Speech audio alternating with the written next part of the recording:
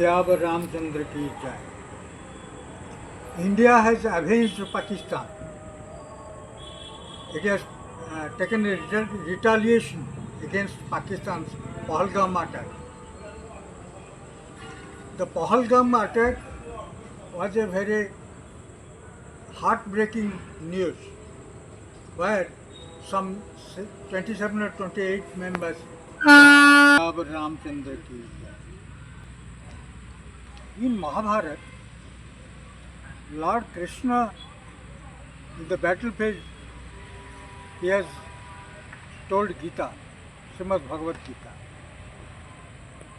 the universal gospel to the whole of mankind. It is not for any community, not bigotry, not for communalism. It is a message to the whole of mankind. So, as to the provoking of war, Lord Krishna tried his best to stop the war.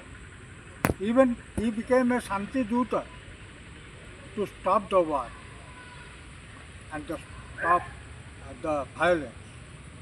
But when there is no way out, he wanted to come to the table and to solve the problem, but it couldn't happen. So he was rather forced to have a war for peace.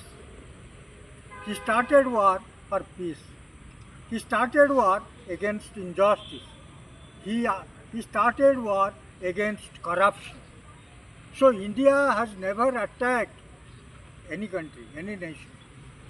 He has only defeated. India has only for her security, our motherland, for her security, she has protected herself. India has protected herself against the enemy. But it has never invaded any nation or any country. But in case of Pakistan, when such a brutal massacre happened, some 27 to 8 persons were killed. So India was trying to safeguard its border against the terrorism, the terrorists. As you know, Pakistan has become a farmhouse of the terrorists. It is the terrorists are in. When India wanted to protect,